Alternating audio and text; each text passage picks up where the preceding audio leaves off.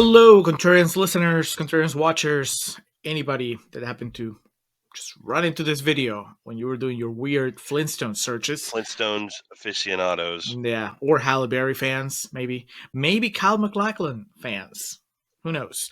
Yeah. Here we are to give you a little warm up before our Flintstones episode on the podcast. It's a very rotten movie, which means that we're going to be saying really nice things about it on the show before we tell you how we really feel.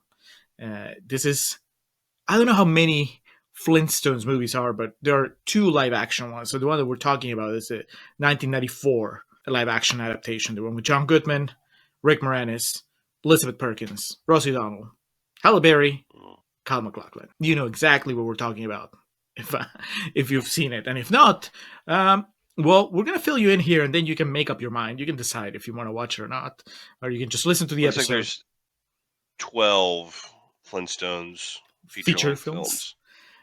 Mm-hmm. Is any of them including the Flintstones and WWE Stone Age SmackDown?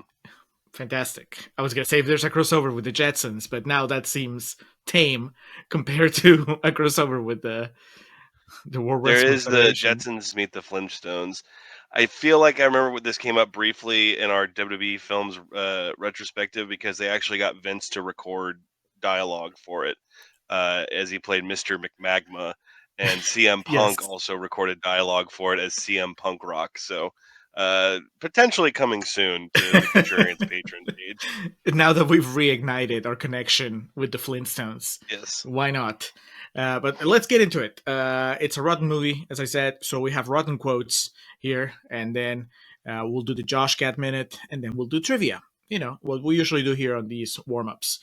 So let's start with Quentin Curtis from The Independent on Sunday, who says, the 32 scriptwriters' idea of a joke is to suffix every name with rock. The opening title announces the film as a Steven Spielberg production, and it's downhill from there, with an avalanche of rubbish at our heels. Alex, level with me.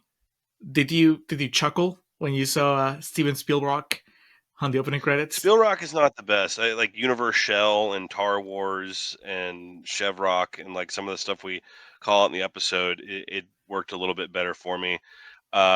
More, it was just like, oh fuck, I forgot this was like a project Spielberg oversaw. That was the thing that kind of caught me off guard. But it's an easy way to begin. It kind of eases you into it. But then it's just a deluge, a cascade, a cacophony of puns after that. That is definitely, it sets the tone, and I think it's a, Mm-hmm. I wouldn't call it a red flag, it's just a flag. Just Spielberg waving it and saying, hey. The gun going off at the beginning of the marathon just to let you know what you're in for.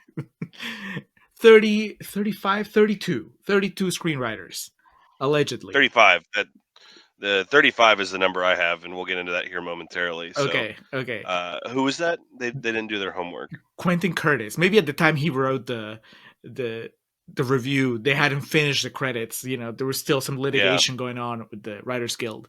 It's not 35 people stuck together in a room, though. It was more like a what do you call it? Like that race. That's the thing we talk about. Where you pass the baton. It's a marathon, right? No, marathon. You're by yourself. Triathlon? No. Is it a triathlon? No. Triathlon is like a bike, and then you swim. What do you call the race where you tag the next person? I thought that was a marathon. I mean, I'm fat, so it shouldn't surprise anybody that I don't know. A relay? Is that it? There you go. God. A relay handoff, yeah. Okay, well, hopefully that punchline is still in your mind. It was more of a relay race. Yeah, you're right. A marathon, you're right. A marathon is you're by yourself, and a triathlon, yep.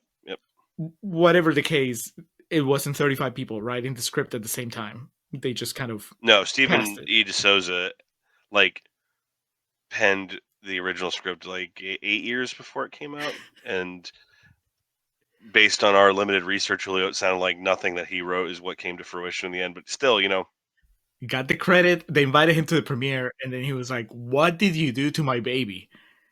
He got the crew jacket, the button up that has the Flintstones logo, and on the back it says crew. He got one of those. Brian Orndorff from Blu-ray.com says someone somewhere gave the keys to the kingdom to director Brian Levant, whose leaden ways with screen comedy are amplified in this unfunny, hyperactive translation of a property that's best served through animation. Brian Orndorff, any relation to WWE Hall of Famer and 1980s pro wrestling great Paul Mr. Wonderful Orndorff?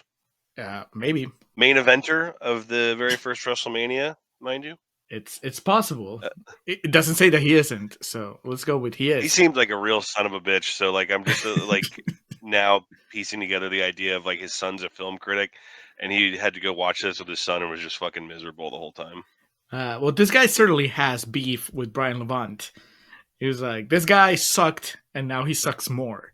Do you have his filmography there? I know you brought it up at some point. Like he had done other stuff, right? I know that he was a Flintstones fan. He did Problem Child 2, Beethoven, which was a big like staple of my childhood. That was a repeat rental from the Waterville Public Library. Beethoven with what was it? Charles Grodin. He was the straight-laced dad in it. You ever seen Beethoven? I thought it was John Lithgow. Yeah. You're thinking of Harry and the Hendersons, homie. I mean, I know that one. There's even a Harry and the Hendersons joke in the Flintstones, but no, I thought. I mean, I pulled up here. It's Charles Grodin and Bonnie Hunt are the parents. Well, now I know I've seen 3 Charles Grodin movies.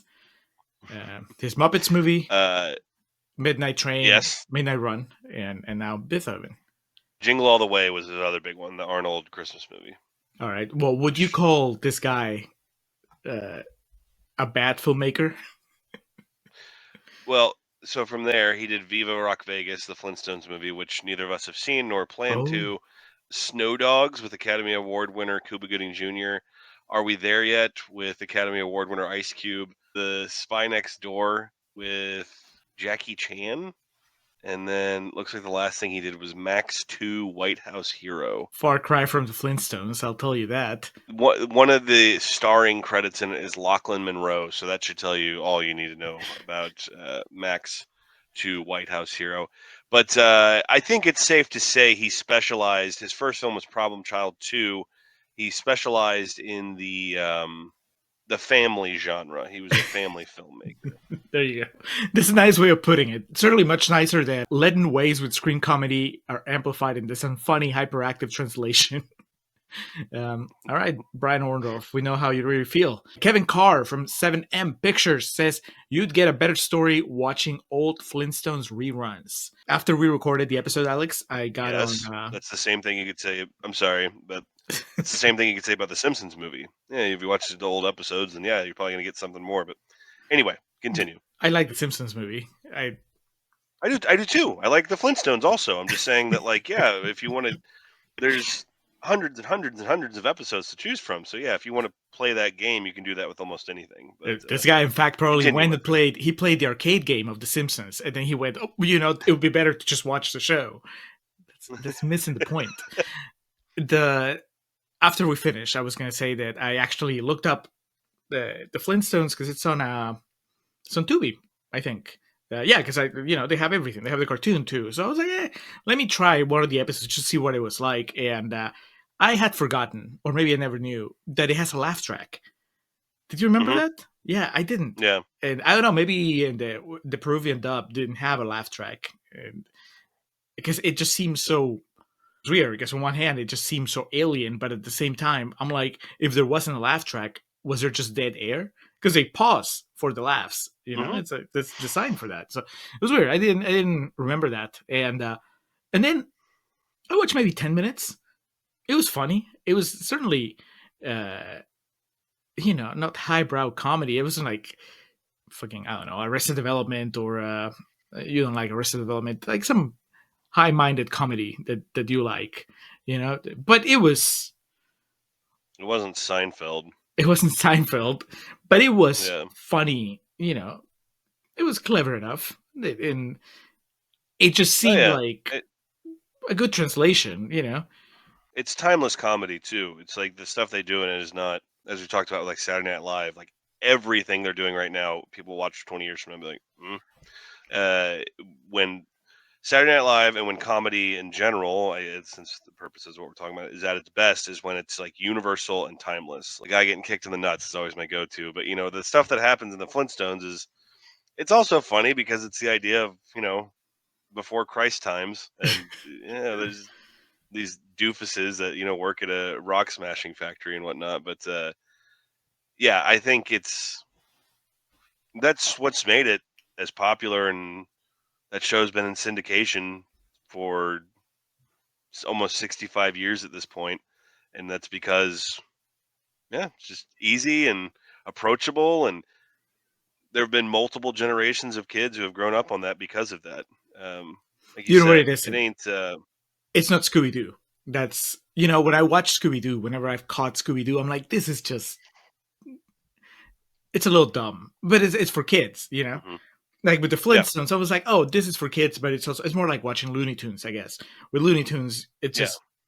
it's always on your level. So I guess that's a distinction. All that to say that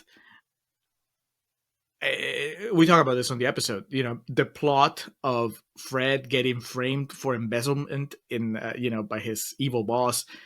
I don't think it Mhm. would be out of place in the cartoon. Just from Mm. the 10 minutes I watched, it's actually in the episode I started watching, he got mad because he felt that he wasn't paid enough. Actually, got a pay cut at his job, so he started job hunting, and that was the story. It's like, all right, I can roll with that. That's and Barney was there and was trying to cheer him up. It was good stuff. It wasn't Rick Moranis, but it was good enough. Nothing is Rick Moranis, to be honest. Nothing, nobody ever will be. And we're gonna close with somebody who was really down when he wrote this. Rob Vaux from Flipside Movie Emporium says, "Can you gaze upon it and dare to deny that the apocalypse is imminent?" What the fuck? That sounds like 1994. me talking about Marvel movies, man. Well, maybe it warms your heart that back in 1994 there was somebody that was already convinced that we were on our way out because he watched the Flintstones. We talk about it in the episode, so we're not going to go too deep into it here. But that overwhelming cynicism towards things that were just kind of dumb, and not dumb in like a uh, showgirls type of way of like, the world needs movies like The Flintstones starring John Goodman and Elizabeth Perkins with Rick Moranis and Rosie O'Donnell. But the 90s, late 80s, throughout the 90s, and maybe bled over into the early 2000s a little bit, there was just a heightened cynicism towards that. Um, and just an absolute like refusal of acceptance in some cases, like this one you just read. It's opened my eyes to. It's something I kind of was aware of, just being the nerd that I am with this shit.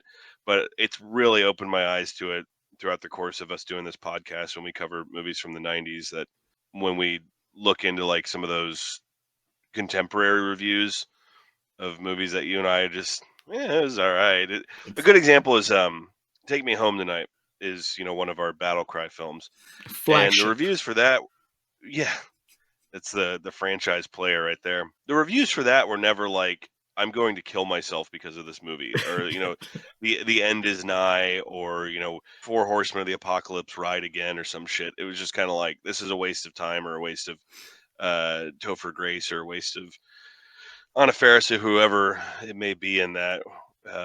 You kind of know what I'm saying. Like a lot of the modern movies we've done that aren't good. Well, now if something's not good, people will make excuses for it, or they'll, well, they tried, so it's good. Unless it's Halloween Ends, and then everyone in the world thinks Alex Mattis is stupid. or unless Brie Larson stars in it, and then Yes, unless you're very insecure, fragile man. But it is interesting to watch something like this that clearly was made with a passion for the source material, and everyone in it seems to be having a hoot. But still, people, and for those of you watching this, if you listen to the episode, we go into some of the other reviews and some of the just vitriol and just hate this had to deal with. I saw somebody on Twitter. Right? It's not To gone. Huh? just to finish that point, some movies deserve that. To be fair, some movies deserve to just be stripped naked and raked over the coals and then thrown into a pile of broken glass. The Flintstones from 1994 is not one of them. You just reminded me. It's not completely gone, Alex. I think that maybe it's just that we've changed the focus from kids movies to other stuff that maybe is not traditionally what people expect to be respectable cinema or whatever. I saw Twitter. That's also what people wanted to hear or read back then was like, yes, like shred this shit. And now it's kind of like, what people want to read is the people that argue against anyone who would say like, oh, it's trash or something. So. Well, I saw a tweet or an X or whatever from some guy that's always talking about, classic cinema or whatever, and he was quote John tweeting Keating. somebody. No, that guy. John is top notch with his tweets. Oh, Bolo's the man. Yeah. Yeah, no. I'm about to just criticize this person because they quote tweeted something that had to do with the amount of money that the Taylor Swift concert movie had made on its opening weekend. And so this guy, it just reminded me, just like ripping off your robes and whatever, he was like, is this what it has come to? Or, what has become of the movie theater experience? And I was like, why are you freaking out about this? And just to go back to a point that we'll make over and over during the episode, maybe the Taylor Swift movie was not for you, but that doesn't mean that it wasn't for a whole bunch of people that were happy to No go shit. and see it and pay. So I think that maybe, critics or so-called critics or whatever, they don't go after kids' movies anymore. They just go after, I don't know, stuff that's not traditional cinema now. I understand your point exactly. Yeah, that movie's made almost $300 million so far. Good And, for Taylor everyone Swift. involved. Taylor Swift is I think she's doing all right for herself. But also, kind of running parallel with that is also, Beyonce recently had a concert film be released. Well, For me personally, both of those movies are 3 hours long, and you know how I stand on that. But would you not when go to a Taylor Swift 3 hour long concert? that was being facetious because concert movies are a completely different bag. I own several Oasis concert films on DVD and Blu-ray, and if the Nebworth documentary we talked about, the Blu-ray I have that came with the concert for both nights, and if they release it in the theater, yes, I would go watch the 3 hours of it. But like, I know we're far away from the Flintstones at this point, but that like The Last Waltz, the Scorsese movie that has a Criterion release, and what's the one I really like? Gimme Shelter has a Criterion release, and so not that that's like the measuring stick, but I'm just saying to say, is this where we are because a concert movie is released is Well, that is that in makes it line worse with. because then you're like, oh, it's just because it's Taylor Swift. Oh yeah, and that's the back to our Brie Larson thing. You're just mad that this woman's successful, and there's no harm in a Taylor Swift concert film being released in 2023, just like there was truly no inherent harm with the Flintstones being released in 1994. You want your cinema, you want your adult films, and I don't mean porno, but this came out Memorial Day weekend. Hang out for another 5 months. You're going to get Pulp Fiction. You're going to be all right. I promise you. And make it to Christmas so you can get Street Fighter. And then there you go. You can just judge the year. Was 1994 good or bad for the world? I mean, come the fuck on. You had Forrest Gump, Shawshank Redemption, Pulp Fiction, Bullets Over Broadway in '94. I mean, yeah, it's not like you were starving for material. Ed Wood, come on now. All right. Let John Goodman have some fun and levitate. Yeah. Appreciate a Rick Moranis movie. Mm-hmm. We didn't know what we had. All right, let's move on.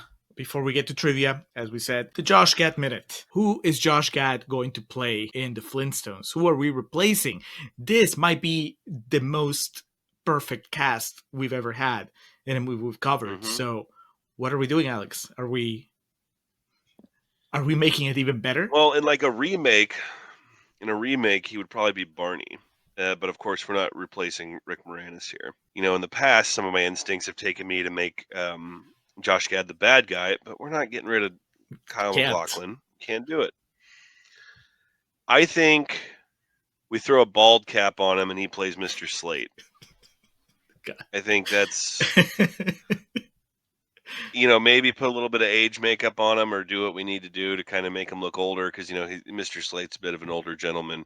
Dan Florek, who plays him in this, no disrespect to him, but aside from that, we'd have to look at like Erwin Keyes or Richard Mall, like their friends from the Quarry, to replace him. And I like character actor Richard Mall. So you could either do the Gad as Mr. Slate, or you could utilize the wonderful voice talents of Mr. Gad and have him voice the Dick to Bird. Ah, there you go. I like the idea Would of the you have a bald cap. preference one way or the other? Bald cap. You had me at bald cap. After bald cap, I just stopped listening. I was like, "Yep, that sounds great." As a third option, or even like a third reality, well, Rick Moranis doesn't act anymore. John Goodman, everybody in that cast basically said, "No, we're not coming back for the sequel." So instead, if you're gonna have Viva Rock Vegas happen, would he play Barney there? Would you replace Stephen Baldwin? If we're just like completely recasting, I think just his build and his like, well, Fred's kind of a tough guy, and I don't really buy Josh Gad as a tough guy. So It's called yeah, acting, Alex. well, that can only get you so far. It's the thing, Jake Gyllenhaal being a UFC fighter in that Roadhouse remake. I love Jake Gyllenhaal, but I'm like, So yeah, he could be Barney. I'm just, of course, fantasy casting in my head. Emma Stone as Wilma. Oh. And then who would you have as Betty in a modern setting? We just talked about the Who's Descendants, so Shailene Woodley? Yes. Florence Pugh. Who's the girl? Is Florence Pugh the girl in Midsummer? I can't remember. Yes. Yeah. Yeah. She's the it girl right now. So I guess she would have to play Sharon Stone though. Yeah. Yeah. I'm trying to think of who would play Fred. Sam Worthington. Jai Courtney. Jai Courtney. Well, to be fair, Jai Courtney has shown to have a sense of humor about himself, whereas Sam Worthington is not. But it's an interesting thing to ponder. Those of y'all listening, subscribe and then comment below how you would cast a modern Flintstones live action film. Yeah, I mean, if you're gonna complain about the one we got, then how can you improve it? That's can you do better with that cast, brother? I know Fred's supposed to be a bit portly, but dude, John Cena and Josh Gad as Fred and Barney. Can you imagine? Now you're making me sad because I know it won't happen. And then like, oh man, dude, like Dwayne Johnson does a cameo as Mr. Slate, but he's all jacked and it's just not explained. CM Punk in the Cal MacLachlan role. He'd be mad he wasn't top billed. All right, this has become the complete recast minute. This is no longer Josh Gad. We just threw everybody in there, the whole family. So to recap, though, Josh Gad would be Mr. Slate. Yes, bald cap, and like we age him. All right, So let's move on to trivia. Alex, what'd you have? I didn't realize this. I thought they just used this for some of like the shots, like the close-ups and whatnot. But all the cast was barefoot the entire time they were filming, and so all glassware was banned from the set. Smart move. That's a level of dedication right there, because most of the shots are just waist up type things. It was like a Quentin Tarantino set. No shoes allowed. He would just be like one of those dollies you use to roll under a car to change the oil. He would just direct on that the whole time, so he's just like at eye level with all the feet.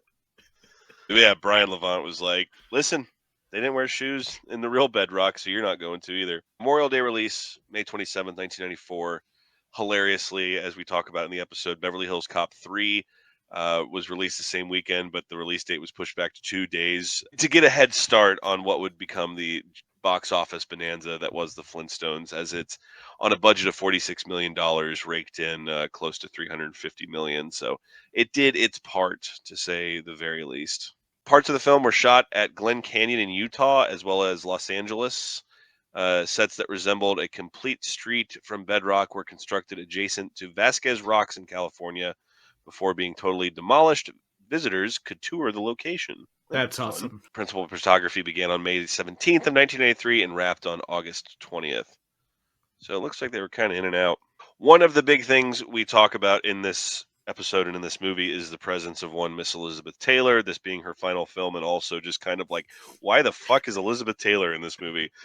We get kind of into some of the motive in the episode, but on Elizabeth Taylor's first day on set, she was greeted with 30 bouquets of flowers, a Cartier watch, a prehistoric bowling ball with her name engraved on it, and a bottle of her passion perfume redesigned in bedrock style fashion. It's the same bottle that appears in the film. And then Brian Levant was like, you see that giant dinosaur? Get in its mouth. Go. There's something so wholesome and incredible, and like the idea of it is why I love filmmaking. One of the more respected actresses of her time, Elizabeth Taylor, and someone who was so ingrained in that golden age Hollywood shit of, she was Cleopatra, for crying out loud, but like acting and Judy Garland and like that, the type of thing that comes to mind when you think of that Elizabeth Taylor style of acting, who comes to the set of a Flintstones live action film and is like celebrated like the dignitary that she is, but then also given like this massive, ridiculous prop to which, the whole cast, like Levant and Goodman and Perkins, and everyone's standing around, and she's just like, they're like waiting for her to react to it. And she's like, ha, and then everyone goes nuts. The bowling alley sequence was almost not in the film. It was added at the last moment because Fred's Twinkle Toes bowling style was such a big part of the series. It was felt it couldn't be left out. Which I think that's a fair. Be like Homer not saying dough in a movie. Yeah, but it's one of the big moments. I wonder if that means that Barney's little poem that he reads, if that took place at a different location, if it was a different setting, and then they moved it to the bowling alley, because that's a big moment. They get emotional. They're bros. They are. I think Richard Mall sheds a tear. Yeah. The bedrock set took 2 months to build and accounted for 10% of the $45 million budget. So little back of the envelope math there. That's $4.5 million, which is that's a pretty penny by any standards, but especially in '94.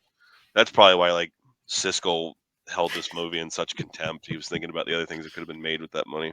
Completely filmed during John Goodman's summer hiatus from Roseanne between the 6th and 7th seasons. That blew my mind because I didn't know that show was still on. Oh, yeah. I always think of that as like very early 90s. It went on forever, right? I mean, that's my idea. I have no Roseanne like knowledge to go off of besides the fact that it was a show that existed for a period of time. But it just seems like mid 90s, 94, 95, that seems like it would have been gone by then.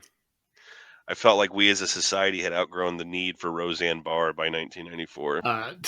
Didn't she have a remake recently, a reboot? That's the joke. Oh. Well, I can't tell when you're really disconnected from reality and when you're not. You sound the same. It's a very fair point, my friend. Though other actors were considered, there was no one else really in the running for the role of Fred Flintstone. Spielberg had worked with him and noticed the actor's striking resemblance to Fred Flintstone. He actually told Goodman then and there that he was going to play Fred for him. Do you take that as a compliment if you're John Goodman? I guess so. I mean, a compliment because it's coming from Steven Spielberg. I mean, it's like, all right, I got my next gig lined up. That's great. But random person on the street, like, hey, you look like Fred Flintstone. I don't know about that. The animatronics and creatures, just, I don't know if you caught it. It was by the Jim Henson Group. I didn't. That's Jim Henson Creature Shop made those, yeah. Good stuff. Speaking of a tie-in between this and Beverly Hills Cop 3, Steven Spielberg's old directing friend John Landis was brought in for uncredited reshoots. Fortunately, no one died. I knew that was coming. I'm pretty sure Beverly Hills Cop 3 is what led to that immortal Eddie Murphy quote of saying that John Landis has a better chance of working with Vic Morrow again than he does with me. I didn't even know that he had directed it. Did he do all three? Or just the third one? Yeah, no, he just did the third one, Julio. So, well, sounds like it was a lovely time for everyone involved. John Landis. John Landis ain't eating pork and beans anytime soon, so I think he'll be all right. But that is just kind of hilarious that Spielberg had to call in the cavalry, or like, the reserves to help put together his fucking Flintstones movie. They added the bowling alley for the last shooting day. They needed a director to pitch in. On Inside the Actors Studio, John Goodman revealed he was at first not keen to take the role of Fred Flintstone, as he knew he would be saying Yabba-Dabba-Doo in excitement for the rest of his life. All right, and wrapping up with the trivia here. At least 35 writers worked on the film. Stephen E. D'Souza turned in the original draft in 1987, though Michael Wilson's 1992 draft later became the working model. When director Bryant Levant signed on, he recruited Gary Ross to handle the screenplay. Ross turned in his draft in 1993. This was junked. Various other writers, including Lowell Gans and Babalu Mandel, worked on the script before Levant was finally happy in August of 1983. Though just 3 writers ended up being credited, a total of 32 people, including Levant and producer Bruce Cohen, were awarded the film's Golden Raspberry Award for Worst Screenplay. So that must be where the 32 number came from. Right. But it was at least 35 worked on it. Those are big names. Gary Ross is Pleasantville, and I recognize the Parenthood guys were there. So it wasn't just 35 randos. they kept bringing. Dude, Gary Ross wrote Big. Yeah. So Yeah. I mean, if they kept pushing a few more years, they could have gotten Sorkin. With some big name. Joel and Ethan Cohen. Yeah. Have Tarantino do the proposed story like he did for Halloween 6. Yeah.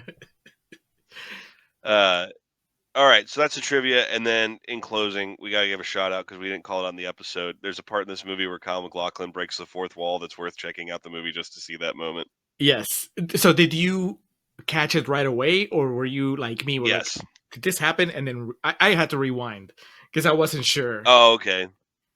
No, yeah, I just like yelled at my TV. I was like, ah, like a yell laugh, because what he sends Halle Berry into John Goodman's office to kind of like flirt and seduce him, right? Yeah. And so he his plans leaves. coming together. So he shuts the double doors, and then he like turns to the camera and does one of those. It's amazing. Proof that Kyle MacLachlan was so on the joke. Yes. It's great. It's a great performance. Everybody, you may hate the movie, but you have to at least agree that the performances are there. Maybe not in service of a movie that you like, but they did what they should have done. So look, you may not like the pieces, but the pieces are there. Yeah, they're solid. They're well made. Rock solid. Rock solid. Certainly more rock solid than whatever they did for the sequel. So we're not talking about the sequel. Apparently. Nope. So check out the Flintstones. Check out our episode. Thank you for watching this video. Get ready for what comes next. And what comes next is Tom Cruise's second Oscar nomination. Third. It was after Born on the 4th of July. He only had. Did he get nominated for Collateral? I don't think so. Is it still only the 3? Born on the 4th of July, Jerry Maguire, and Magnolia? I think so. Well, if we're wrong, we'll clear it up in the episode. Yeah. Jerry Maguire. That's what we're doing. So check that out too. We'll be back with that. Thank you again, and we'll talk to you again soon. Yabba-Dabba-Doo.